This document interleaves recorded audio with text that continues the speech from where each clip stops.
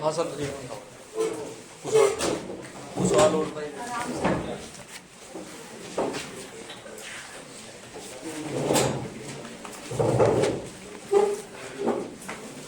आज जो है ना कोर्स खत्म हो जाएगा।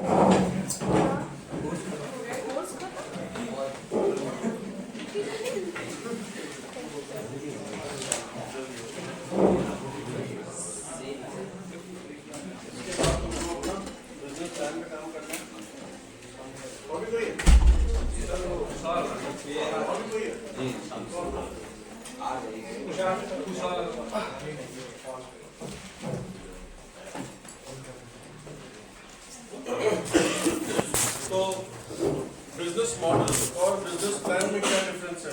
कौन बताएगा? बिजनेस मॉडल बिजनेस प्लान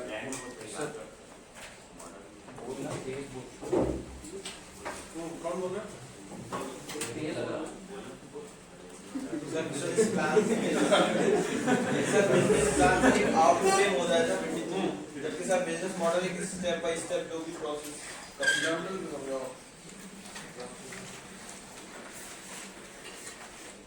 जैसे सर हमें अगर एक कंप्रेस नेचुरल गैस का प्लांट डालना था, तो जो बिजनेस प्लान है सर उसकी प्रोजेक्ट डिटेल प्रोजेक्ट रिपोर्ट का बिजनेस प्लान, और सर जो ऑपरेशनल एक्टिविटीज है sir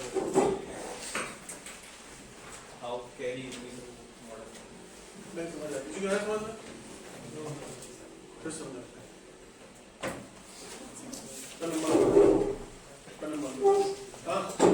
business plan business model sir business plan sir on paper और हमारे दिमाग दोनों में ऐसे हो सकता है सर। बिजनेस मॉडल जो है वो प्लान जब वो पेपर पे एग्जीक्यूट कर लेंगे पूरा प्रॉपर कि हम कैसे क्या करेंगे तो वो मॉडल बन जाएगा।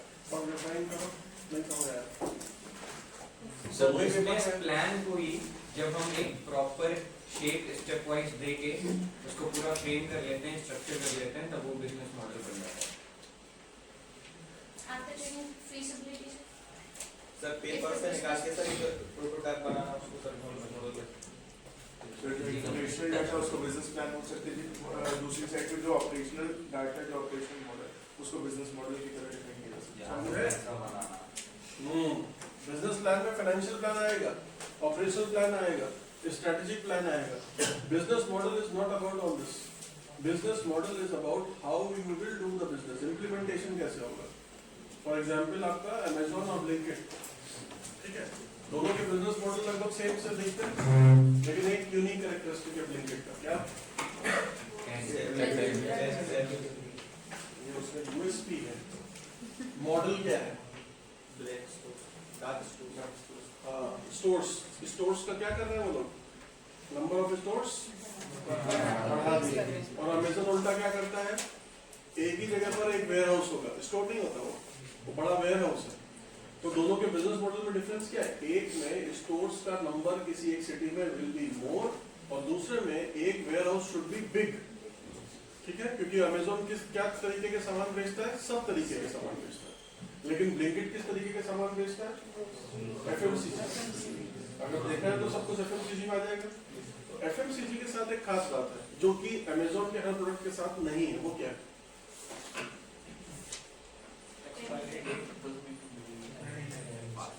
अमेजोन के जो प्रोडक्ट्स है उनकी एक खास बात है जो कि आपके एफएमसीजी प्रोडक्ट्स में थोड़ा सा डिफरेंस हो जाता है, वो क्या है?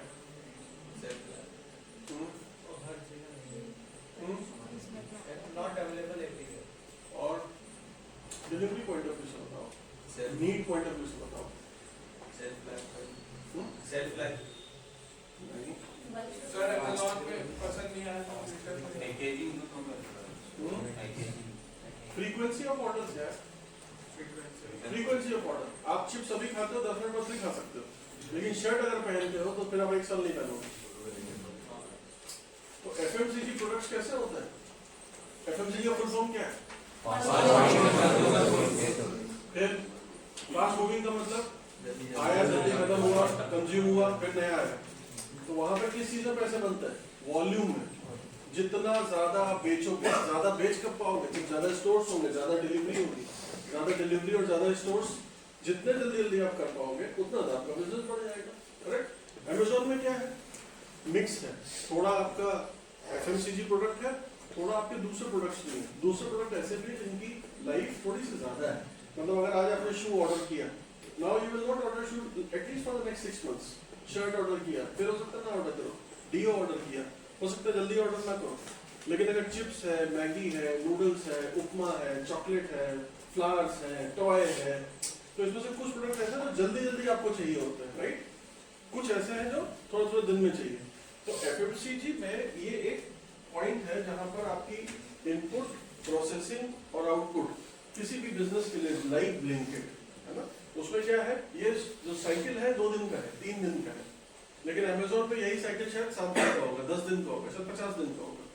तो किसको ज्यादा बड़ा वेयर हाउस चाहिए और किसको ज्यादा नंबर ऑफ वेयर हाउसेज या नंबर ऑफ सेंटर्स चाहिए, तो आपको लगेगा ब्लिंकिट को ज्यादा नंबर चाहिए।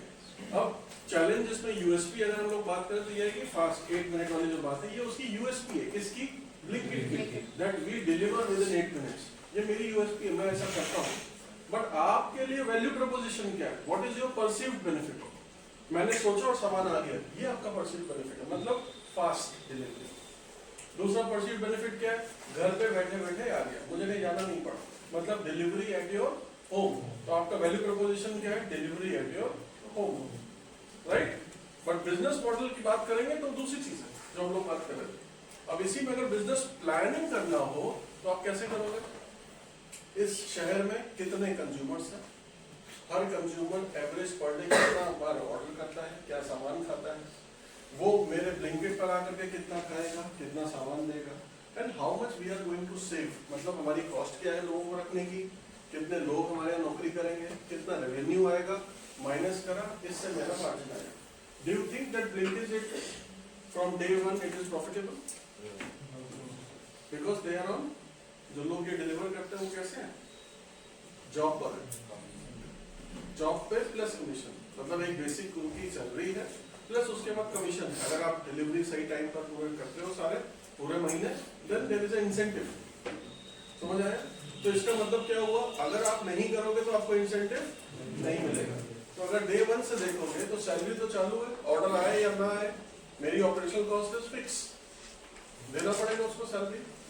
मेरा सेंटर कॉस्ट, जहां पर भी मैंने वो सेंटर क्रिएट किया, वो भी फिक्स है, बिके या ना बिके। तो डे 1 से अगर देखोगे तो Blinkit is not profitable. Initially आपको क्या क्या कॉस्ट लगानी है? आपको एक सेंटर बनाना है, उसमें सामान भरना है, एक ऐप बनाना है, लोगों को नौकरी पर रखना है। After 6 months you will start getting orders. तो 6 महीने, 7 महीने, 8 महीने क्या है? इट्स लाइक गिविंग कॉस्ट, आप अपने खर्चे कर रहे हो। 7-8 महीने के बाद इट में happen that you will start getting your first order, second order, third order, right? Blinkit हमको तो अभी दिख रहा है ना, बट शायद शुरू कब हुआ होगा? 2 साल 3 साल पहले। हमने तो 2 साल 3 साल से नहीं शुरू कर रहे हैं उस पर ऑर्डर करना, हमने तो अभी शुरू किया है। तो वो जो 2-3 साल का टाइम है, that was your what? Negative cash flow. याद है? एक हम लोग नेगेटिव कैश फ्लो की बात कर रहे हैं, तो that was negative cash flow. उतना उसने कैश बर्न आउट किया है, उतना पैसा खर्च किया है। अब लोग ज्यादा आ रहे हैं, अब लोग ज्यादा वॉल्यूम और, तो हमारे बिजनेस प्लान में कैसा दिखता होगा? वो दिखता होगा कि भाई ये हमारा ग्राफ है, यहाँ खर्चे हैं, यहाँ टाइम पीरियड है, तो एक नेगेटिव से शुरू किया, फिर पॉजिटिव आया और फिर बढ़ता चला गया। ऐसा कुछ होगा जब किसी इन्वेस्टर ने इसमें पैसा लगाया होगा। ये मेरे बिजनेस प्लान का पार्ट है। हम कैसे करेंगे, हमारे सेंटर का साइज कितना होगा, उसमें कितने प्रोडक्ट्स होंगे, प्रोडक्ट्स के लिए हम पैसा कहाँ से लाएंगे, कहीं से डेट लेंगे, इक्विटी लेंगे, खुद का पैसा लगाएंगे। ये आपका बिजनेस मॉडल है, ठीक है? समझ आया?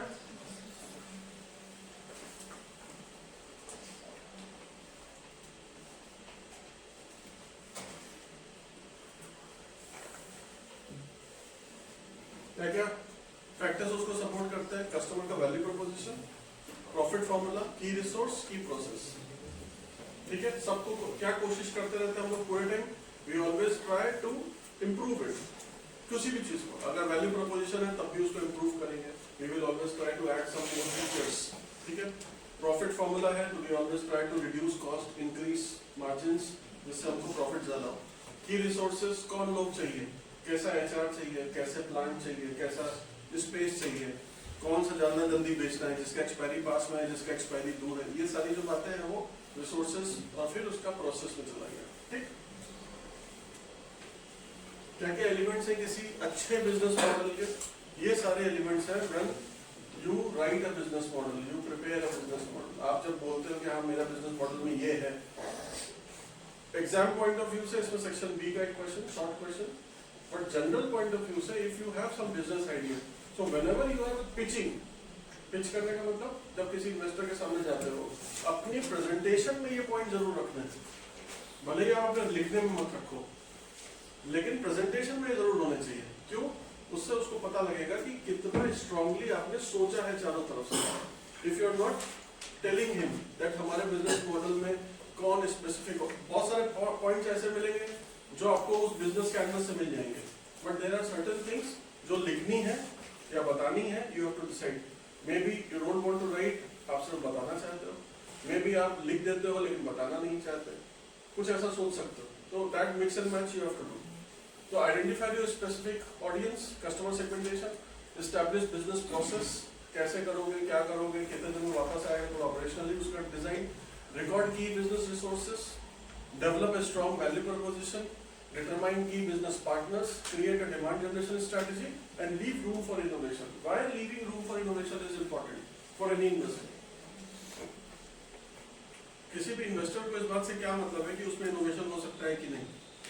क्योंकि जब मार्केट में सैचुरेशन आ जाएगा तो उसके बाद मार्केट को और अपने गुड, तो ये थोड़ा आपके पूरे बिजनेस को एक फ्यूचरिस्टिक लुक देता है। मतलब अगर मैं इन्वेस्टर हूँ तो आई विल ऑलवेज फील कि अच्छा ठीक है, मुझे 1 करोड़ रुपए लगाना है, कितने साल के लिए? अगर आपने इसमें बात ही नहीं करी है कुछ, है ना, आप बोलते हो कि मैं टमाटो केचप की एक फैक्ट्री लगाऊंगा, लेकिन आपने दिमाग लगाया, बोला कि ये टमाटो केचप जब नहीं बन रहा है तो क्या कर रहा है? ठीक है, हम गार्लिक पेस्ट भी बना सकते हैं, हम जिंजर पेस्ट भी बना, बिकॉज सेम मशीन है, रॉ मटेरियल डिफरेंट हो गया। जो हम लोग एक दिन बात कर रहे थे ना कि इनपुट, प्रोसेसिंग, आउटपुट, प्रोसेसिंग में ही सारे खेल हैं। अगर सेम मशीन हमारी किसी और चीज का पेस्ट बना सकती है, तो जैसे वो पैक होता है वैसे वो भी पैक होगा, जैसे उसका रॉ मटेरियल चाहिए वैसे इसका रॉ मटेरियल चाहिए, जैसे उसको मसाला चाहिए वैसे उसको मसाला चाहिए, जैसे उसकी मार्केटिंग करनी वैसे इसकी, सब कुछ सेम है, सिर्फ रॉ मटेरियल चेंज किया और हमारे पास एक नया प्रोडक्ट आ गया। तो आपने पोटैटो वेफर्स सेम रखे लेकिन उसके अंदर मसाले 3 डाल दिए, तो आपका ब्लू लेस भी उसी मशीन पे बनता है, रेड लेस भी उसी मशीन पे बनता है, येलो वाला भी उसी पे, प्लेन सॉल्टेड भी उसी पे बनता है। क्या कोई रॉ मटेरियल में, मार्केटिंग में, ब्रांडिंग में, पोजिशनिंग में कहीं कोई डिफरेंस है? सिर्फ प्रेफरेंस में डिफरेंस है। तो अगर आज मैं दुकान पे गया और मुझे लगता है थोड़ा तीखा खाने का मन है, ब्लू ना उठा लूंगा, मेरा बच्चा मांग रहा है तो मैं उसको पीला वाला दे दूंगा, अब मैं बीच में कुछ ट्राई करना चाहता हूँ दोनों बीच में, तो मैं हरा वाला उसको दे देंगे। समझ आया कुछ? ऐसे ही यहाँ पर अगर मेरे बिजनेस मॉडल में हम एक इनोवेशन की जगह छोड़ेंगे तो माय इन्वेस्टर विल थिंक कि ठीक है, इसने ये भी सोच रखा है कि अगर ये ना हुआ या जब ये सैचुरेट हुआ, what will be the next step, how I am going to ensure कि मेरा पैसा जो मैं 3 साल के लिए सोच रहा था, हाउ कैन आई सी कि अच्छा ये 5 साल के लिए आना चाहिए। If I am able to get that money for 5 years, मेरे लिए आसान है, मेरे लिए अच्छा है। ठीक है, तो as a investor I always think मेरी पार्टनरशिप इस आदमी के साथ कितने दिन की है, क्योंकि बहुत शॉर्ट ड्यूरेशन की partnership will not be good for me and for him. मेरा 1 करोड़ तुम कितने दिन रखोगे, ये मेरे लिए फायदा है ना। अगर वो 1 करोड़ आपने 1 साल के लिए लिया, how much you will give me? 10 lakh at the rate of 10%, correct? But if you take this money for 5 years, तब क्या हुआ मेरा फायदा? I will get 50 lakhs. तो मेरे लिए नेक्स्ट ईयर ये नहीं करना है कि मैंने यहाँ से पैसा निकाला, मैंने नया वहाँ डाला। So for me it is always good कि एक ही आदमी आए, एक ही पैसा ले, ज्यादा दिन के लिए ले और ज्यादा दिन में सस्टेनेबल हो। तो as a investor it is always good for me. ये 4 चीजें हैं जो इन्वेस्टर देखता है। आपकी टीम देखेगा, आपका खुद का एक्सपीरियंस, टीम की डाइवर्सिटी, आपका विजन, आपका एक्सपीरियंस, आप कहाँ काम करके आए हो, आपने इस पर ट्रेनिंग ली हुई है कि नहीं ली हुई है, आपको ये करना भी आता है कि नहीं आता। आप पता लगा बोल रहे हो कि what I will do, I will do business of jam, लेकिन भैया जैम की ट्रेनिंग है तुम्हारे पास? क्या उसकी मार्केटिंग की ट्रेनिंग है? डू यू अंडरस्टैंड जैम कैसे बनता है? If you don't understand you can not get into this business. बात आती है कि नहीं ये मुझे तो नहीं करना, मैं तो आई विल हायर समबडी जिसको जैम करना आता है। देन फिर आप क्या करोगे? क्योंकि अगर किसी को जैम बनाना आता है और वो बिजनेस नहीं कर रहा है, then what are the value additions you are doing in team? आप बोलते नहीं, I am coming from IIM, I have a marketing background, मैंने बहुत सारे FMCG प्रोडक्ट्स को मार्केट में लॉन्च किया, this is something which I will add. तो आपका वैल्यू एडिशन क्या हुआ on the management side of it. So somebody is good in some innovation or some formula making and I am good in marketing, branding, value addition. मैं वो कर दूंगा. Then it is a good team. लेकिन अगर आप बोलते हो मैं ही जैम बनाता हूँ, मैं ही बेच भी लेता हूँ, मैं ही सब कुछ कर लेता हूँ, तो इसका क्या मतलब है? As a investor मेरे लिए रिस्क ही ज्यादा है ना? मेरे लिए रिस्क ज्यादा है, क्योंकि अगर कल तुम मर गए तो क्या होगा, मेरा पैसा फंस जाएगा. तो इन्वेस्टर्स ऑलवेज सीक 2-3 पार्टनर्स हो और 2-3 पार्टनर्स के स्किल कैसे हो, थोड़े डिफरेंट. टेक्नोलॉजी यूनिक टेक्नोलॉजी है, यूजर फ्रेंडली है, सॉल्यूशन ओरिएंटेड. ठीक. अगर बोला जाए कि भाई टेक्नोलॉजी हमने कॉपी करी किसी से, ठीक है, बहुत सारे ऐप आपको दिखेंगे, बहुत सारे गेम्स दिखेंगे, ठीक है, गेम्स बहुत अच्छे हैं, फीचर्स बहुत अच्छे हैं, सब कुछ है, बट जब कस्टमर उसको खेल रहा है गेम को, जो यूजर है वो खेल रहा है उस गेम को, तो वो ठीक से नहीं खेल पा रहा, लैग कर रहा है. तो your technology is good, your gaming is good, overall उसका फील एंड लुक भी अच्छा है, लेकिन मैं जब खेल रहा हूँ तो उसका बटन ऊपर नीचे है, या मेरा हाथ से वो चल नहीं सही से रहा है, या जब नेटवर्क से रिलेटेड है तो उसकी लैगिंग हो रही है किसी तरीके की, तो मेरे लिए वो कैसा हो जाएगा? मैं एज ए कस्टमर मैं उसको यूज नहीं करूँगा. तो if you are not able to ensure कि मेरी टेक्नोलॉजी जिसकी बेसिस पर ये गेम बना है वो इट्स अ गुड प्लेटफॉर्म, क्योंकि अच्छा प्लेटफॉर्म होगा तो महंगा होगा, करेक्ट. और गेम को सस्ता करने के लिए हमने क्या किया, कम अच्छा प्लेटफॉर्म यूज कर लिया, तो कैसा गेम बनेगा? तो स्लो गेम बनेगा. तो ऑलवेज एंश्योर कि मेरी जो टेक्नोलॉजी है यूनिक तो होनी चाहिए, बट बहुत महंगी नहीं होनी चाहिए, क्योंकि अगर सब कुछ महंगा यूज करेंगे तो what is the problem? Cost will be high. And if cost is high, margins are always low. अब कोई बोलता है कि मैं एग्री फार्म एग्री ऐप बनाना चाहता हूँ, ठीक है, अभी कल यहाँ पे भी तो बिजनेस आइडिया थे उस वाले में. The basic question is कि ठीक है, who will create this app? Who will create this application? Because the problem is the person who will write a code, वो कौन होगा? वो होगा एक टेक्नोलॉजी वाला होगा. Can you control it? No. अगर उसकी कोड में कोई बग हो तो क्या तुम ढूंढ लोगे? नहीं. फिर करोगे, तो उसको पार्टनर बनाने के अलावा कोई ऑप्शन नहीं बचता, पहला. दूसरा, अगर वो टेक्नोलॉजी वाला किसी और के साथ भी सेम बिजनेस चलाने लगे तब क्या होगा? You can not control it. That is why most of the technology वाले एप्लीकेशन इन एग्रीकल्चर वो कभी सक्सेसफुली नहीं हुए, बिकॉज टेक्नोलॉजी लिखने वाला कौन है? जो नॉन एग्रीकल्चर बैकग्राउंड का है, और जो एग्रीकल्चर वाले बैकग्राउंड का है उसको टेक्नोलॉजी आती नहीं, तो फिर मिक्स होगा कैसे? तो आप देख लो कितने भी सारे ऐप चल रहे हैं, बहुत सारे ऐप्स सक्सेसफुल नहीं. उसका रीजन यही है, नॉर्मल ऐप सक्सेसफुल है जहाँ पे सामान बिकता है, जहाँ पर आप फोटो खींच करके you can identify what is the best, बीमारी क्या है, कौन से प्रॉब्लम है, वो सब ठीक चल रहा है. तो मतलब सर्विस वाले में फिर भी ठीक है, बट इनपुट सप्लाई में उतना अच्छा ऐप नहीं चल रहा है, क्योंकि जो ऐप लिखता है, कोडिंग करता है, वो शायद दूसरे के लिए भी कर देगा, चौथे के लिए भी कर देगा, and people who are coming from agriculture background they do not know how to code. तो आपकी टेक्नोलॉजी अच्छी भी है, यूजर फ्रेंडली भी है, सॉल्यूशन ओरिएंटेड भी है, but because you are coming from certain sector, you don't know technology, again you can not manage your business, right. Business model बता दिया, scalability. Even if you have a good business model, even if you have a good value proposition, even if you are doing good value addition to your product, उसकी demand भी अच्छी है, लेकिन अगर उसमें scalability नहीं है, इसका क्या मतलब? वो बिजनेस बड़ा होगा? बड़ा नहीं हो पाएगा बिजनेस. हमेशा बिजनेस कैसा रहेगा? छोटा रहेगा. समोसे वाला एग्जांपल, एक आदमी एक दुकान में दिन में कितने समोसे बना के कितने समोसे बेच सकता है? एक लिमिट होगी. बहुत बना पाएगा 100, 1000, 2000, 5000, इसके ऊपर ना बना पाएगा ना बेच पाएगा. ज्यादा बना लेगा तो बिकेगा नहीं, राइट, और नहीं तो बनेगा ही. तो अगर बिजनेस में स्केलेबिलिटी नहीं है तो प्रॉब्लम क्या है? एक समोसा अगर 10,000 रुपए का बिकता है और आप दिन भर में 500 समोसे बनाते हो तो कितने रुपए का बिजनेस करके आ पाएगा? इससे ऊपर अगर पैसा कमाना तो क्या तरीका? मतलब नहीं कमा पाओगे ना, इस मॉडल में तो नहीं कमा पाओगे ना. Then you have to get into new model. So always try to remember कि जब भी हम बिजनेस मॉडल क्रिएट करेंगे there should be some scalability और रेप्लिकेबिलिटी एडेड टू इट. क्योंकि इन्वेस्टर पैसा कब लगाएगा? जब आपके बिजनेस मॉडल में या तो स्केलेबिलिटी हो या फिर रेप्लिकेबिलिटी. तो अगर आप समोसे बनाने वाला बिजनेस बिजनेस लेके जा रहे हो और बिजनेस मॉडल ये है कि मैं ही समोसा बनाऊंगा, मैं ही बेचूंगा, मैं ही तलूंगा, you will not put in money. Wow momos उसका एक एग्जांपल है। उस बिजनेस में कहीं ना कहीं रेप्लिकेबिलिटी है, तो इन्वेस्टर का पैसा आ गया, आया। वाव मोमोज में इन्वेस्टर का पैसा आया, कैसे आया, क्या उसमें क्या खास बात है?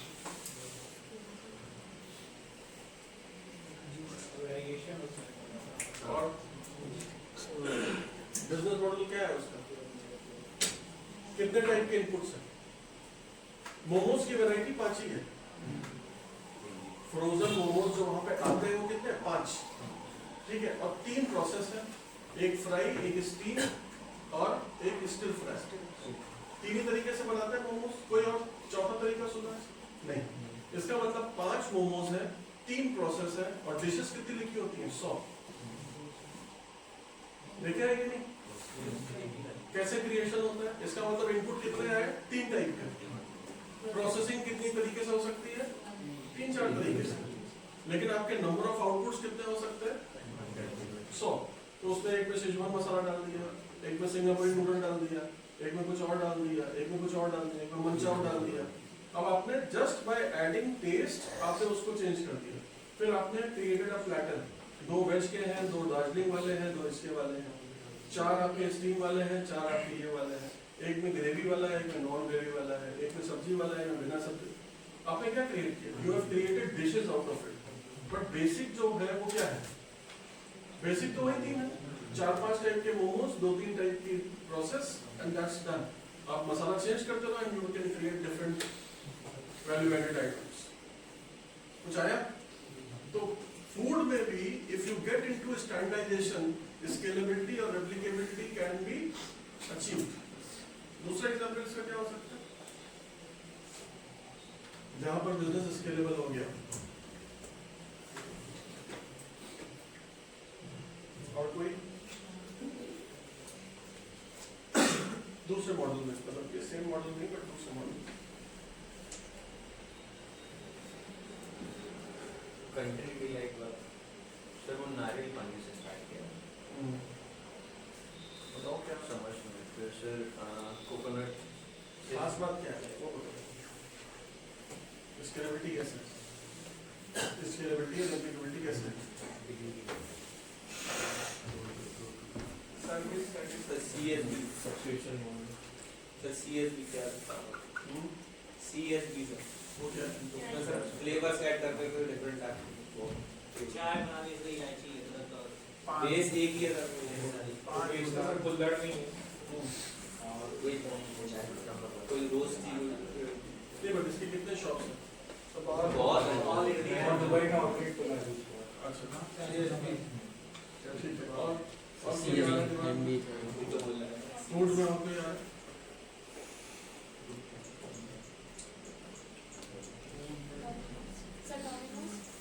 फ्रेंचाइजी का एक एग्जांपल।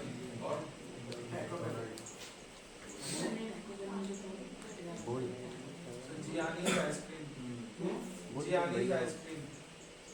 हाँ, ठीक है। और ज्यादातर में जितने भी एग्जाम्पल होंगे, ज्यादातर में जो बेसिक रॉ मटेरियल है वो एक ही जगह बनेगा। तो इसमें बिजनेस कैसे हो रहा है, रॉ मटेरियल से जो बनाना है वो एक जगह पर है, उसके बाद इजी कर दिया प्रोसेस को। सब में एक ही तरीका एक ही है ना, मॉडल चेंज हो रहे हैं बट तरीका एक ही है। एक बेसिक रॉ मटेरियल मैं बना के आपको दूंगा, आप उसको जो करना है वो करो, और उसके बाद मैं आपकी कलर चेंज कर दूंगा, दुकान का जो बेसिक ब्रांडिंग है वो मैं रख दूंगा। मॉडल तो यही है, लेकिन एक बेसिक बात क्या है कि मैं वो पाउडर, वो सॉस, वो मोमो, ये सब मैं बना के तुमको दूंगा। ये कॉमन है। तो दिखता तो फूड बिजनेस है बट प्रॉब्लम तो कहीं ना कहीं टेक्नोलॉजी की है ना। सॉल्व कैसे हो रहा है? अगर वो मोमो आप बनाओ और फ्रिज में रख करके किसी को बेचो तो क्या होगा, सड़ेगा या नहीं? सड़ जाएगा। लेकिन जब आप मोमोज खाते हो वहाँ मोमोज वाला, तो ना तो उसका शेप चेंज होता है, ना उसकी फ्रेशनेस चेंज होती है, ना ही उसका किसी तरीके का टेक्सचर चेंज होता है। वो वैसे ही रहता है जैसा है, हर बार वैसे ही मिलेगा। तो टेक्नोलॉजी यहाँ पे क्या है, फूड टेक्नोलॉजी यहाँ पे आपको जगह दे रही है कि हर बार जब आप डोमिनोज पिज्जा खाते हो, जब उसका सॉस लेते हो, जब मोमोज खाते हो, जिस चाय के बारे में बता रहे हो वो लेते हो, हर बार एक स्टैंडर्डाइजेशन कर दिया आपने, कर दिया। मम्मी भी अगर दाल बना रही तो एक बार दाल ज्यादा नमक और कम नमक हो सकती है, लेकिन इन कंपनीज के प्रोडक्ट ऐसे नहीं हो सकते। तो इसका मतलब अनऑर्गेनाइज सेक्टर का अनऑर्गेनाइज प्रोडक्ट क्या किया आपने, ऑर्गेनाइज कर दिया उसको, एक स्टैंडर्डाइजेशन कर दिया उस प्रोडक्ट का। तो फूड जो कि एक तरीके से सर्विस में आता है, क्योंकि बनाने वाला कैसा चेंज नहीं कर रहा ना, बनाने वाले के हाथ में जब चाह नमक जब चाह कुछ वैसे होता था, होटल में अलग अलग ऐसे ही होता है, करेक्ट। लेकिन स्टैंडर्डाइजेशन किसका किया आपने, आपने एक प्रोसेस का स्टैंडर्डाइजेशन किया। आप डोमिनोज जाओगे तो वो आप देखोगे कितनी देर फ्राई करता है, उसका एक टाइमर लगा हुआ है, उतनी देर उसमें तेल में पड़ा रहने का, उसका जो बन है वो उतनी ही देर रखेगा, उसके बाद वो गर्म नहीं होता, थर्मोस्टेट में लगा हुआ है सेंसर। ये जो पार्ट है कि कैसे उस प्रोसेस को मैंने फिक्स कर दिया, कि मैंने बन लिया, डाला, अपने आप कट करके उसमें मक्खन लगा, मक्खन लग करके वो 2 मिनट के लिए गर्म हुआ, गर्म होकर के उधर टिक्की 30 सेकंड के लिए फ्राई हुई, उसको मैंने यहाँ रखा, फिर उसने एक बार दबाया, एक बार दबाने में 10 ग्राम ये निकला, 20 ग्राम क्यों नहीं निकला? अगर आप लगा रहे हो तो शायद ज्यादा ग्राम का लगा दोगे, लेकिन वो मशीन से निकाला तो क्या हुआ, फिक्स है। एक ही स्लाइस डाला उसमें टमाटर का, एक ही स्लाइस डाला उसमें ऑनियन का, थोड़ा सा कैबेज, और उसके बाद उसको रैप किया, रैप करने का एक तरीका है फिक्स, और वो करके आपको दे दिया। आपने ऑर्डर किया और 2 मिनट के अंदर ही आपके पास आ गया। ये क्या है, ये है आपकी प्रोसेस। प्रोसेस के पीछे लेकिन फूड टेक्नोलॉजी का पार्ट है या नहीं, ये दिख रहा है कि नहीं। तो उसकी टिक्की है, जहां पे भी बनी होगी उसका शेप, साइज, वेट, न्यूट्रिशन हर चीज सेम होगी। जहां फ्राई हो रहा होगा उसका हर सेंटर पर टाइमिंग ऑफ फ्राई सेम होगा, ऑयल फॉर फ्राइंग सेम होगा। ऐसा नहीं है कि बर्गर इस समय बिक रहा है, फ्राई उस समय हो रहा है, नहीं। जब तुम ऑर्डर दोगे उसी समय वो टिक्की निकलेगी, जाएगी, फ्राई होगी और आपके बल में लगेगी। ये जो स्टैंडर्डाइजेशन है फूड इंडस्ट्री में, इसमें एक टेक्नोलॉजी रोल प्ले करती है और दूसरा प्रोसेसिंग रोल प्ले करती है, टाइमलाइंस, ठीक है। और यही आपके प्रोसेस को अच्छा बनाती है, यही आपकी स्केलेबिलिटी या रेप्लिकेबिलिटी को अच्छा बनाती है, करेक्ट, जो कि बाकी इंडस्ट्रीज में होता है, फूड में नहीं होता था, अब होने लगा है, ठीक है।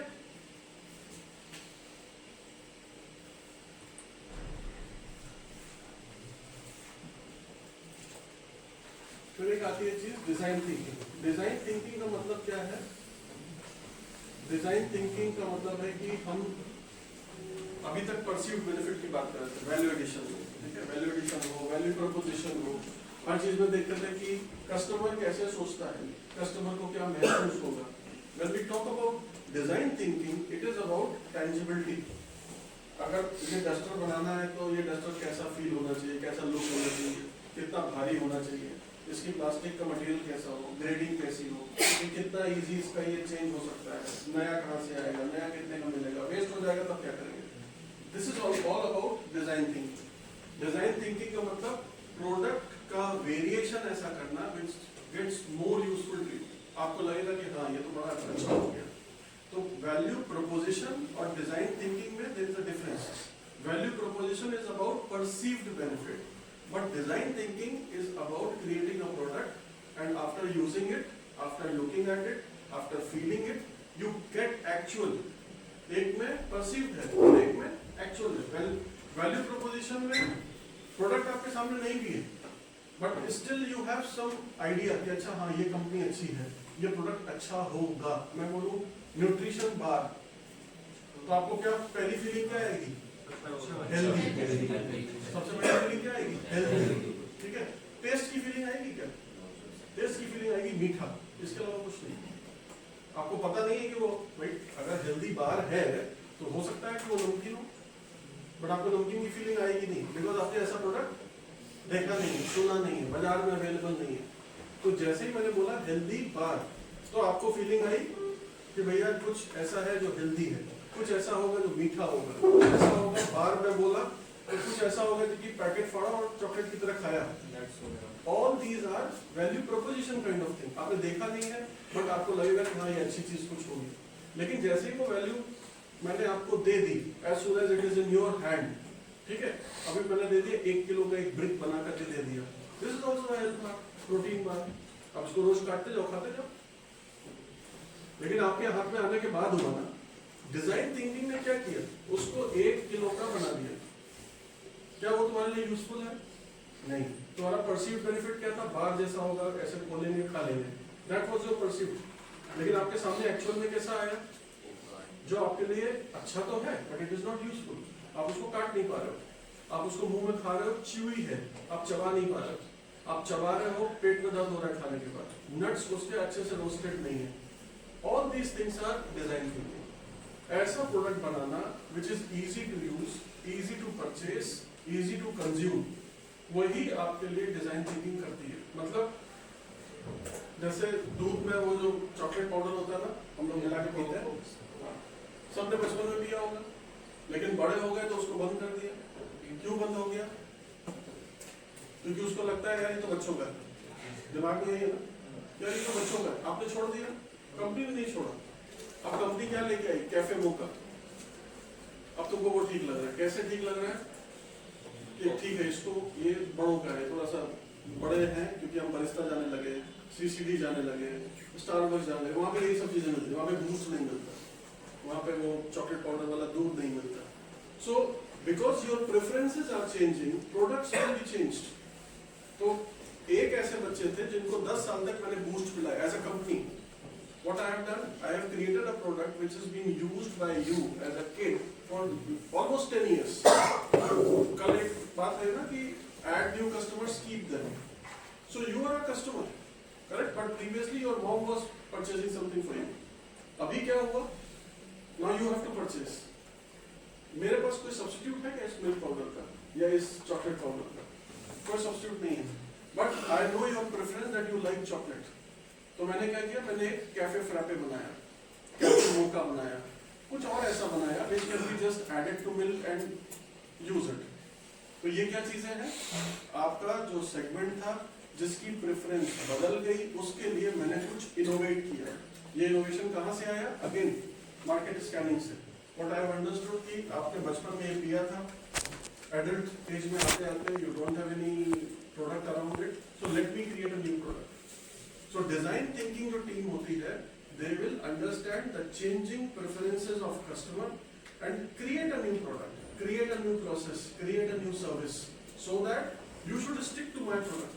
भले ही आप हॉर्लिक्स मत पियो, बट हॉर्लिक्स का कुछ नया पी लो, कुछ नया बार खा लो, हॉर्लिक्स का भी प्रोटीन मारा था वो खा लो। तो ऐसा कुछ भी करना डिजाइन थिंकिंग का पार्ट है। सबको नींद आ रही है, रात में बैठ के टीवी देखा क्या? हाँ, टीवी है नहीं, हाथ में टीवी है, व्यू में सब सो रहे हैं। इतना बोरिंग है तो बंद कर दो। नो सर, सब सो रहे हैं। हम लोग जान हैं, हमसे ज्यादा तुम्हें जानते हो क्या हो गया? पढ़ रहे थे, पढ़ी लिखी तुम्हारी शिक्षक नहीं है।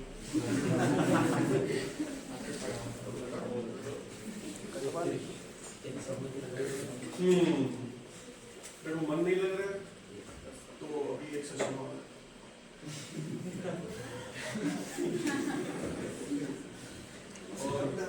ये खत्म भी हो जाएगा। इसके बाद तुमको अपने बिजनेस प्लान पे काम करना है, प्रेजेंटेशन पे काम करना है और बाकी नंबर के सबमिशन पे काम करना है। मेरा काम यहाँ से खत्म हो जाएगा, ठीक है? काम आएगा नहीं आएगा ये भी मुझे नहीं पता, पर तुम्हारा सब्जेक्ट है और मेरा काम तो मैं खत्म भी कर ही दूंगा कैसे भी करके, ठीक? पेपर भी ऐसा नहीं होगा कि पास पास हो, लेकिन बाई चांस नौकरी ना लगी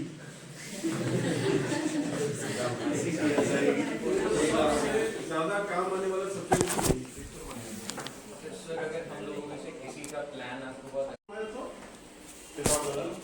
और साल में 2 बार होता है ऐसा। समझे? ये ईटीजी के कंट्री हेड का जो है ये लगभग इस तरीके जैसे टाटा होल्डिंग्स है, ईटीजी है, या जो बड़ी कंपनी है जो बाहर बड़े देशों में और ज्यादा प्रोक्योरमेंट में काम करती है, उनका हाल ये है। मतलब स्टार्टिंग सैलरी स्टार्ट से 20 लाख है। तो हमारे लेवल पर अगर किसी की जॉब लगेगी जिसका कोई एक्सपीरियंस नहीं है तो विल स्टार्ट एट 18 से 20 लाख। यस, इससे कम का नहीं होगा, 1.5 से 2 लाख रुपए महीना। कैसा लगेगा? ठीक है, तो मेरे पास 3 कंट्रीज थे, मोजाम्बिक, तंजानिया, कैमरून।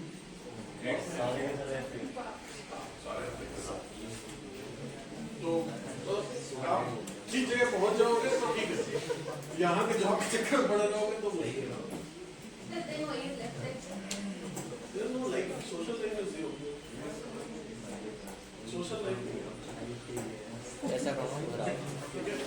मुश्किल है, मतलब I was not into agriculture. Agriculture में इतना पैसा है, हमारे में इतना पैसा नहीं होता, बट कंसल्टिंग में भी बहुत पैसा है। कंसल्टिंग कम पैसा नहीं है, मतलब and how much you manage. मतलब if you are managing a project of 500-600 crore, आप कितना कम चुनाओगे?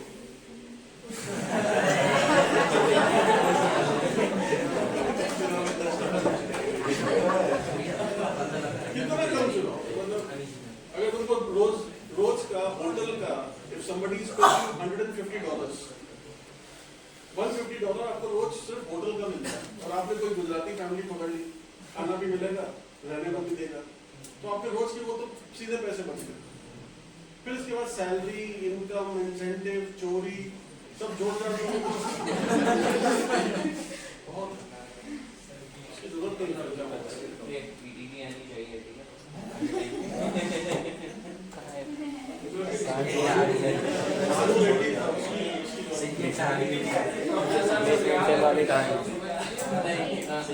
नहीं तो ये अगर सबको ऐसा लग रहा है ना कि ये बहुत ही mesmerizing जॉब है, तो let me tell you the other side of the story.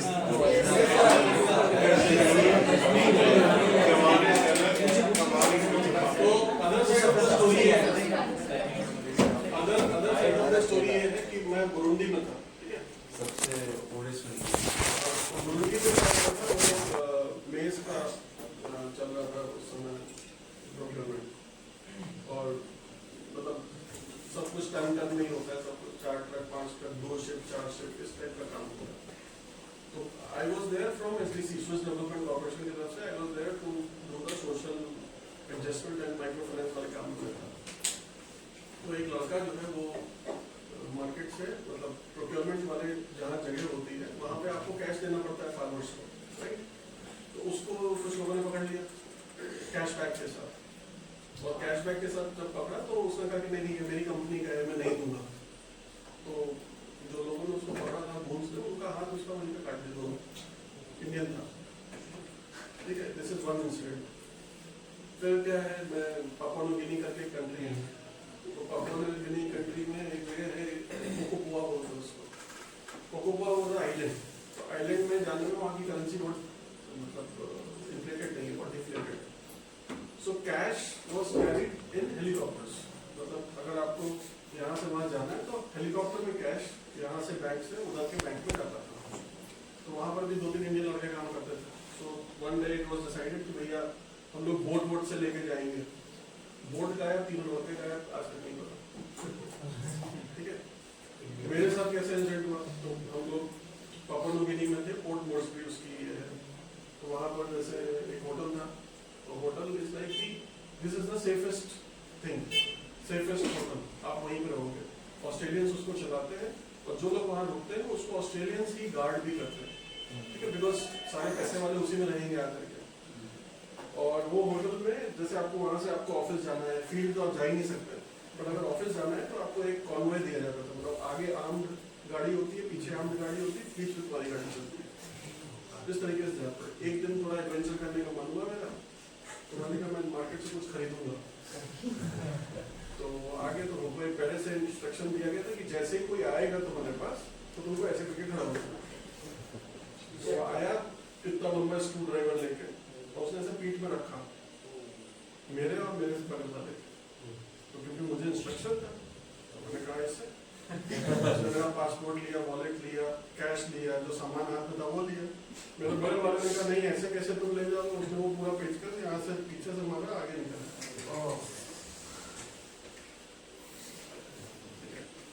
So this is cost of earning money. तो आप पैसे ऐसे नहीं कमाते। और उसके बाद भी क्या हुआ, नहीं मरा नहीं, बट प्रॉब्लम ये है कि पोर्ट मोर्सबी में इसका इलाज नहीं हो सकता, तो उसको केंट्स लेके गए, केंट इज इन ऑस्ट्रेलिया।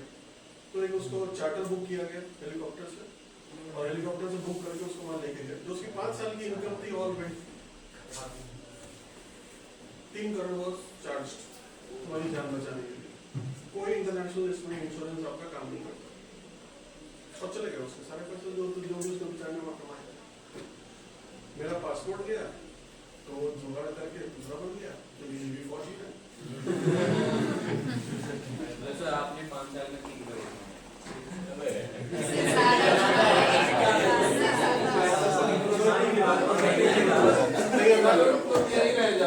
मैं बोलने वाला हूँ। हमारे यहाँ कंसल्टिंग में अगर आप PhD हो, ठीक है, तो PhD वाले जो लोग कंसल्टिंग में काम करते हैं इंटरनेशनल में, वर्ल्ड बैंक हो या कहीं पर भी हो, उनकी जो मिनिमम आपकी बेंचमार्किंग है वो होती है $650 पर डे, ठीक है, $650 पर डे ये बिलिंग होती है। इतना मिलता नहीं है क्योंकि बीच की कंपनी रह जाती है, और अंदाज ये लगाओ कि इसमें से कितना तो मिल जाता होगा। मतलब मेरा PhD करने का रीजन ये नहीं था कि मुझे डॉक्टरेट कराना है, मेरा PhD करने का ये मतलब था कि मुझे पहले कम मिलता था, मुझे ज्यादा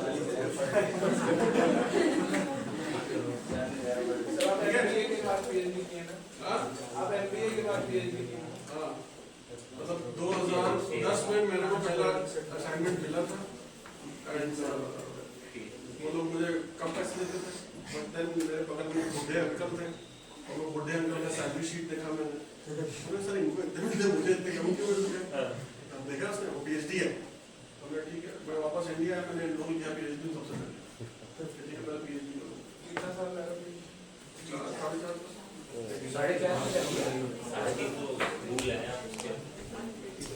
4.5 साल में हो जाएगी। 3-4 साल तो इतना नहीं पढ़ पाएंगे भाई, मैं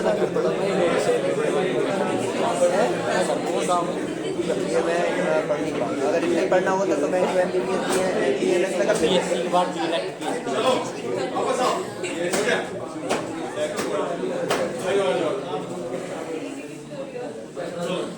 तो मतलब ठीक है, कहानियां वानियां कुछ करना पड़ेगा, ऐसे नहीं होगा, बैठ के नहीं होगा। मैंने ये भी बताया था कि मेरी पहली जॉब कितने की थी, ठीक है, वो भी याद रखो, 20,000 की थी, 20,000 और टैक्स वैक्स कट के 22,500 आते थे मेरे अकाउंट में। आफ्टर डूइंग MBO 12 लाख उस समय, तो और कैंपस प्लेसमेंट नहीं हुआ था। तो अगर वहां से वहां तक की जर्नी हुई है तो और भी बहुत कुछ है बीच में, ऐसे ही नहीं है कि बिना जूता रगड़े सब हो गया, नहीं। अब राजस्थान, मतलब मेरा राजस्थान, महाराष्ट्र, मुझे लगता है कि बहुत कम ट्राइबल एरियाज होंगे जो इन 3-4 स्टेट के मैंने ना देखे हो, मैं वहां रहा ना हूँ रात रात भर। तो ये 4-5 स्टेट, 8-10 कंट्रीज ऐसे हैं कि जिसमें बिल्कुल घुस के मैंने काम किया हुआ है। तो when you get money, it's not because कि वो बस आपको मिल गया बाय चांस, नहीं, आप बहुत इसके पीछे बहुत लगाते हैं, बहुत प्रॉब्लम है ना, आसानी से नहीं। तो पहला है कि ऑप्शंस मिलना, और दूसरा उस ऑप्शंस को फिर चलाना। तो you have to learn every time, कभी लर्निंग स्टॉप नहीं करोगे तो फिर काम मिलेगा, ठीक है। Those who want to get into consulting, remember, without PhD, consulting will not give you good amount of money. वो पैकेज आपके वो 10 लाख, 12 लाख, 50 लाख, इससे ऊपर पैकेज कभी नहीं पहुंचेगा। मोटा पैसा कमाना है बाहर जाके ही मिलेगा या बाहर की कंपनी के साथ काम करके मिलेगा, ठीक है। अगर आप एग्रीकल्चर में रहना चाहते हो, नौकरी can not give you much money. Consulting में ये जो ज्ञानबाजी है ना कि ये बिजनेस ऐसे चलेगा, ये नहीं चलेगा, इसका प्रोजेक्शन तुम ये दे रहे हो, मैं उसमें कमी निकाल रहा हूँ, मुझे इसी का पैसा मिलता है। ऑडिट करने का, असेसमेंट करने का, कहाँ डालो पैसा, किस वाली कंपनी में ज़्यादा सही रहेगा, किस वाली कंपनी में कम सही रहेगा, यही है काम। उसमें ऑडिट आता है, असेसमेंट आता है, उसमें पैसा है, लेकिन आपको वो आना भी चाहिए। अगर आप लोगों ने फाइनेंशियल मैनेजमेंट पढ़ा हुआ है, but if I ask you questions related to equity, debt, तो ऑब्वियसली नहीं आएगा, मुश्किल है। तो क्योंकि आपने जैसे पढ़ा है वो 2-3 महीने के पढ़ के छोड़ दिया। सर एक बार कंसल्टिंग कराने का मतलब चार्ज कितना? मिनिमम 5 लाख से शुरू होता है। सर मतलब हम लोग फ्री में कर देंगे। कर दो ना, तो और क्या चाहिए।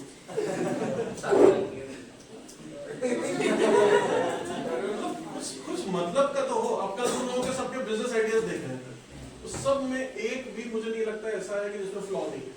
ठीक है, पहली बार कर रहा हूँ, बट आज की डेट में जब आपके पास इतने सारे ऐप, इतना सब कुछ है ढूंढने के लिए, उसके बाद भी इतना बुरा बना रहे हो, बात समझ रहे हो? सब जिस पे लगे हुए हैं जीपीटी पे, और कॉमन सेंस सब में गायब।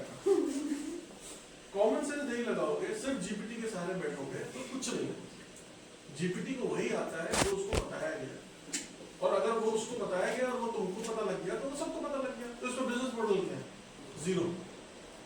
तो बिजनेस मॉडल बियॉन्ड जीपीटी है ना। जब मतलब मैं जब क्लास बस लेता हूँ एग्जाम में, तो मैं ऐसे देता हूँ उसमें एक्सरसाइज जहाँ पे मैं बोलता हूँ कि अब तुम जीपीटी से ही गुजर गया, दो इसका आंसर नहीं निकलेगा, ऐसे मैं बना के दे सकता हूँ तुमको, करो। बट तुम्हारी भी तो वो दम हो कि हाँ थोड़ा बहुत उसके आसपास पहुंचोगे, चलो कैसे होगा? अगर एग्जाम का बेसिक पैकेज कहीं 10 साढ़े 10 लाख रुपए जा रहा है और यहाँ का नहीं जा रहा है, तो ऐसा नहीं कि सिर्फ यहाँ का प्रॉब्लम है, कुछ आप में भी तो प्रॉब्लम होगा, कुछ आप भी तो होगा जो नहीं कर पा रहे हो, वो लोग कर पा रहे हैं। So try to bridge that gap. ठीक है, अभी तक नहीं पढ़ा, नहीं देखा, नहीं मिला, बट यहाँ बैठ करके भी अगर टाइम वेस्ट कर रहे हो, और मैं तो ये क्लब ऑफ एक्टिविटीज मैं तो वेस्ट मानता हूँ, मैं बोलता भी नहीं, लेकिन अगर वहां से टाइम बचा के तुम सो लिए तो भी बेकार है, तुम बेटर है क्लब ही एक्टिविटी कर लो। बट कुछ सीखते रहो, कुछ नया सीखो। डोंट थिंक कि कोई कंपनी आएगी तुमको एकदम लेके बढ़िया पैकेज लेके चली जाएगी, ऐसे नहीं होगा, हालत ऐसी रहने वाली है। तो if you don't know something extra, तो डोंट एक्सपेक्ट कि somebody will give you something extra. Nobody is ready to pay you. आपको निकालने पड़ेंगे उसकी जेब से पैसे। तो इनिशियल 2-3 साल मान के चलो कि रगड़ना है, उसके अंदर नहीं होगा। चलो नींद खुली, अब पढ़ लें। 10 मिनट बचे, 10 मिनट तो बचे। डिजाइन थिंकिंग क्या है? आप design thinking is a process of creative problem solving. आप जो भी प्रॉब्लम है वो वैल्यू प्रोपोजिशन में पता लग जाती है, बट आपका बिजनेस मॉडल में डिजाइन थिंकिंग में शुरू कहां से करते हो कि मैं कैसे क्रिएटिवली इसको सॉल्व करूं। Correct? Design thinking as a human centred code, लोगों को कैसा पसंद आएगा। It encourages organization to focus on the people they are creating for, which leads to better product, better services and better internal process. यही 3 चीजें हर बार ठीक होगी। क्यों डिजाइन थिंकिंग चाहिए? जिससे हम कुछ इनोवेट कर पाए, नए तरीके का बना पाए, मार्केट में ऐसा दे पाए जिसको लोग पसंद करें। ठीक है? तो क्या क्या है? Creative, redesign, different perspective. इसका कुछ प्रोसेस है। प्रोसेस क्या है? ये डिजायरेबिलिटी से शुरू करते हो। अब मुझे जाना है चांद पर, this is my desire. Feasibility, जा सकते हैं कि नहीं जा सकते? जा सकते हैं, लेकिन वो वायबल नहीं है, because if I ask you you have to pay 10 crore का टिकट टू गो टू चांद and come back, how many clients I will get? And if I am not getting those way number of clients, तो हो सकता है इस project में मेरे 1000 करोड़ लग जाए, तो एटलीस्ट 1000 करोड़ के बराबर क्लाइंट तो मिले मुझे, otherwise I will not make profit. So the point is everything which is desired by the customer is not a business proposition.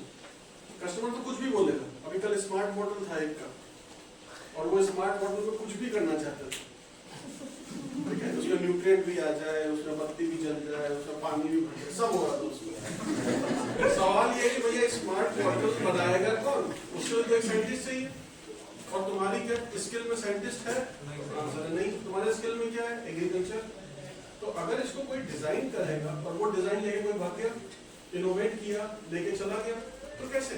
तो अगर आप कुछ इनोवेट कर रहे हो, कुछ प्रोडक्ट का सोच रहे हो, और वो प्रोडक्ट में आपका स्किल नहीं है, you will not be able to answer those questions जो उसके प्रोडक्ट के आसपास हो। ठीक है?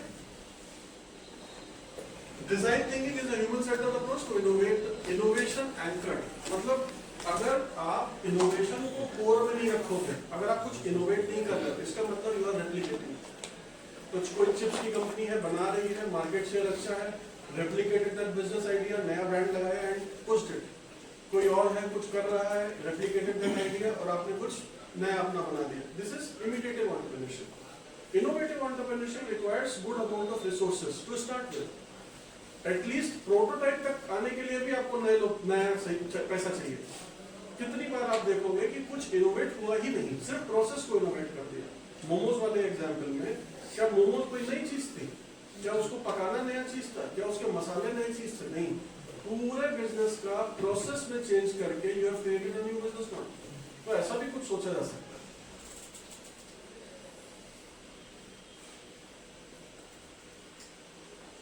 ये 5 स्टेजेस हैं। कहाँ से शुरू होता है? एम्पैथाइज, रिसर्च, आप यूजर की नीड पता करते हो, फिर क्या करते हो? डिफाइन करते हो अपनी प्रॉब्लम्स को, कि किस प्रॉब्लम को हम सॉल्व करेंगे। फिर क्या करते हो? आइडिएट करते हो। आइडिएट करने के समय गलती क्या करते हैं? हम अपना बिजनेस अपने साथ रखते हैं। I will not share my business idea, नहीं तो माय दोस्त विल स्टील इट, चुरा लेगा। लेकिन उससे करने से प्रॉब्लम क्या होती है? You don't get new perspective, you don't get questions, you don't get critical assessment. तो इसलिए लोगों से शेयर करो। शेयर करने में कुछ पार्ट शेयर करो, कुछ मत शेयर करो। व्हिचएवर यू फील लाइक ये स्पेसिफिक फार्मूला है, ये स्पेसिफिक चीज है, don't share that, but try to understand different perspective around your problem which you want to solve. फिर क्या आता है? प्रोटोटाइप। सारे लोग सब बिजनेस आइडिया बात कर देंगे, बट पहला प्रोटोटाइप नहीं बनता। Take the help of incubation centre, और इंक्यूबेशन सेंटर में लैब का सपोर्ट लो, प्रोफेसर का सपोर्ट लो। Try to understand how my product will look like. After prototype use it, test it, उसको लोगों को दिखाओ, खिलाओ, पिलाओ और पूछो कि आपको कैसा लगा। तो जब तक प्रोटोटाइप नहीं है तब तक आपका प्रोडक्ट किसी के हाथ में नहीं पहुंचा। Until the time वो उसके हाथ में नहीं पहुंचा, the problem is you will not get a feedback।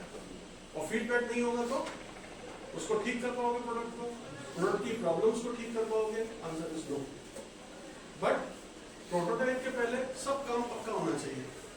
अगर वो काम पक्का नहीं हुआ, प्रोडक्ट नया नहीं बन पाया, तो फिर गड़बड़ है। और प्रोडक्ट बन गया, उसको इम्प्रूव करने के लिए you need feedback. So test it, test करते हो, कुछ आंसर्स आते हैं, वापस फिर यहाँ चले जाते हो, या वापस यहाँ आ सकते हो, या वापस यहाँ आ सकते हो।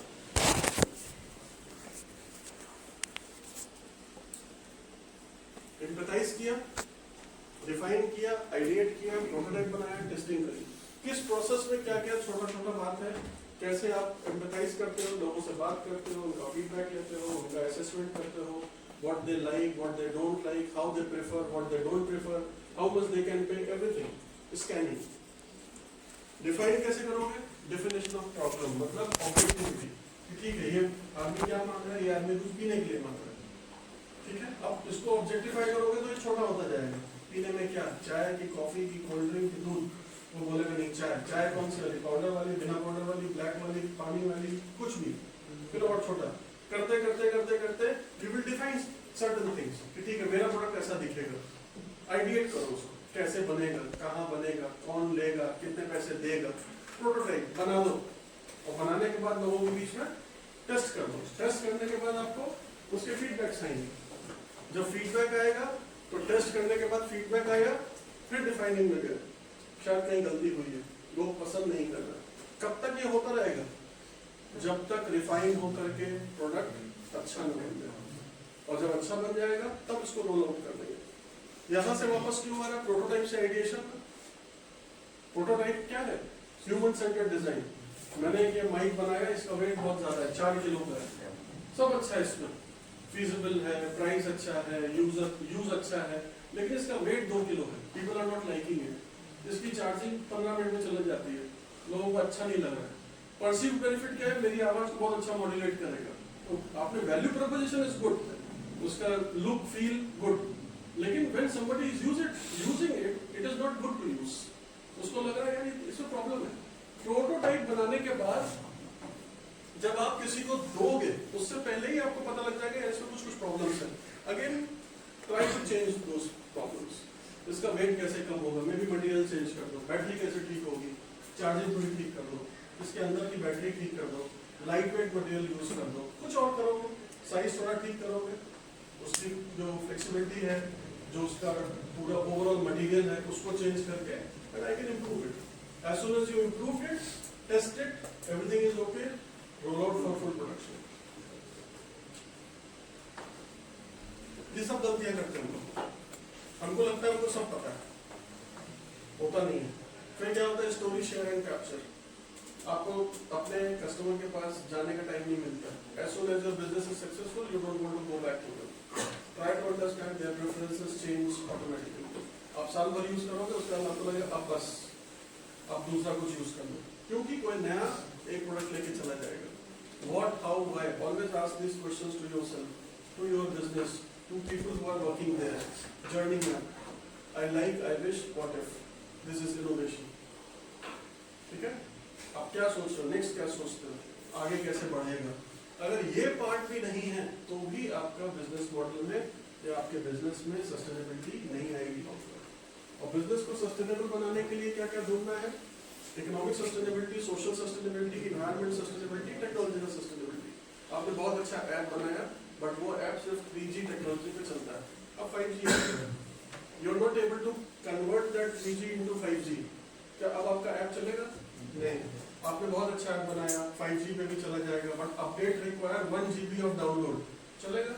People don't want that app. आपका बल्कि ऐप है, स्लो ऐप है, अच्छा नहीं चल रहा है। शहरों में कनेक्टिविटी जहाँ अच्छी वहाँ ठीक चलता है, बाकी नहीं अच्छा चलता। लोग जब उसे आपको यूज कर रहे हैं बहुत सारा डेटा मांग रहा है, people don't want to do it, तो क्या चलेगा? सब अच्छा है लेकिन फिर भी ऐसी छोटी मोटी चीजों के बेसिस पर आपका ऐप बेकार हो जाएगा। आपने बहुत अच्छे मोमोज बनाए, सब कुछ किया, लेकिन जिस चीज में उसको रख करके दे रहे हो वो चीज लोगों को पसंद नहीं आ रही, वो पेपर का है। आपने जैसे उसमें गीला मोमोज रखा, नीचे पेपर गीला हो गया, आपके हाथ में गर्म लग रहा है। मोमोज अच्छा है, अच्छा पका भी है, लेकिन वो जो प्लेट है पेपर वाली वो कैसी है? वो अच्छी नहीं है, तो भी आपका बिजनेस नहीं चलेगा। आप प्लास्टिक की प्लेट दे रहे हो तो प्रॉब्लम क्या है? इन्वेंट्री का। और यूज एंड थ्रो वाला कुछ मटेरियल दे रहे हो तो किसका प्रॉब्लम है? कैसा है वो, उसकी खुद की क्वालिटी कैसी है? It is not associated with your product which you are giving, लेकिन वो उस प्रोडक्ट के साथ में आ रहा है तो उससे बहुत फर्क पड़ रहा है। ठीक है? कैसे सस्टेनेबिलिटी आती है? अगर ये तीन चीज सस्टेनेबल है देन वी विल से कि आपका जो प्रोडक्ट है वो सस्टेनेबल है, आपकी जो सर्विस है वो सस्टेनेबल है।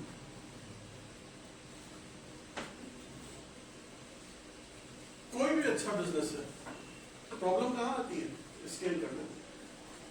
एक समोसा अच्छा बना देना, बन जाएगा अच्छा, आइडिया अच्छा किया, प्रॉब्लम आइडेंटिफिकेशन सही किया, लोग समोसा खाना चाहते हैं, मीठी चटनी अच्छी होनी चाहिए, पैकेजिंग अच्छी होनी चाहिए। हाउ टू एंश्योर दैट एक samosa converted into 1 lakh samosa per day, that requires scalability. आपके बिजनेस में फायदा कब होगा? जब आपका प्रोडक्शन बढ़ेगा, वॉल्यूम बिजनेस का बढ़ेगा। अगर बिजनेस का वॉल्यूम नहीं बढ़ रहा है इसका मतलब क्या है? बिजनेस मॉडल बेकार है। तो आपके बिजनेस मॉडल कैसे होते हैं? पहले धीरे धीरे स्लो रहता है, फिर मैच्योर होता है, मैच्योर होने के बाद फिर स्लो हो जाता है। इसी जगह पे इनोवेट करते हैं लोग, and that innovation is related to in the project, आपका प्रोसेस या प्रोडक्ट या सर्विस। तो आपने एक समोसे की दुकान खोली, रोज 10 समोसे बेचे, 100, 1000, 10,000। अब आप थकने लगे, 4 नौकर रख लिए, 20,000। अब क्या? और इसे बढ़ा सकते हो? नहीं। अब आपने यहाँ पर इनोवेट किया, जब ये स्टैग्नेंट होने लगा, इनोवेट क्या किया? सूखा समोसा बनाया, पैकेजिंग करके बेचा। सूखा समोसा बनाया, एयर फ्रायर के हिसाब से बेचा। फ्रीजर समोसा बनाया, बोला तल लो घर पर अपने, कुछ किया। ये innovation required some technology, food technology चाहिए, पैकेजिंग अच्छी चाहिए, प्रमोशन अच्छा चाहिए, क्योंकि पहले आप तल के दे रहे थे, अब आप पैकेज करके दे रहे हो। It requires a separate set of activities and all those activities require some kind of innovation.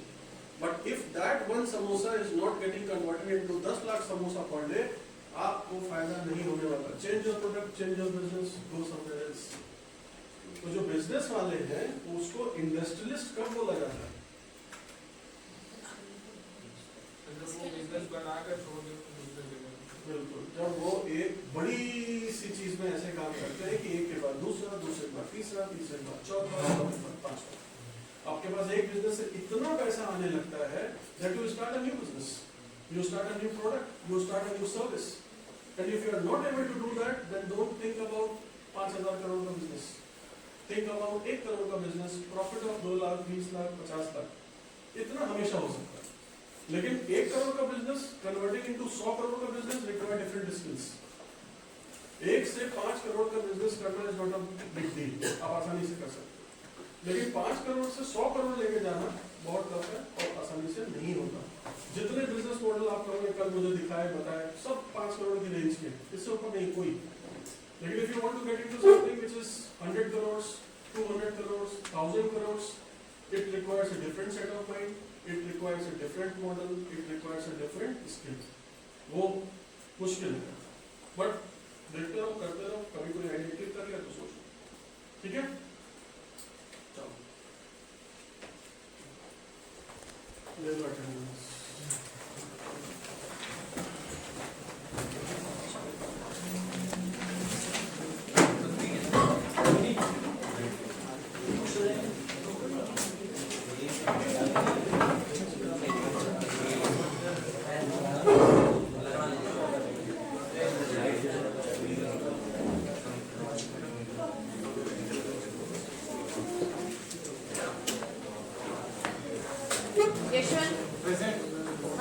Prajwal, विशाल, साइकर, प्रिया, आयुष, सौरभ, निश्चय, विनीत तोमर, अभिजीत, अनिक,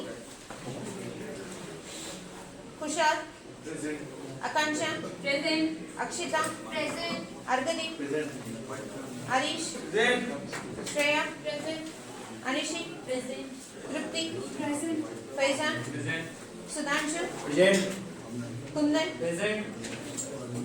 शिवांश, अंजू, ऋषिराज, अंकुर, मधुर, शालिनी, दीपांशी, नकुल, मुस्कान, मनीषा,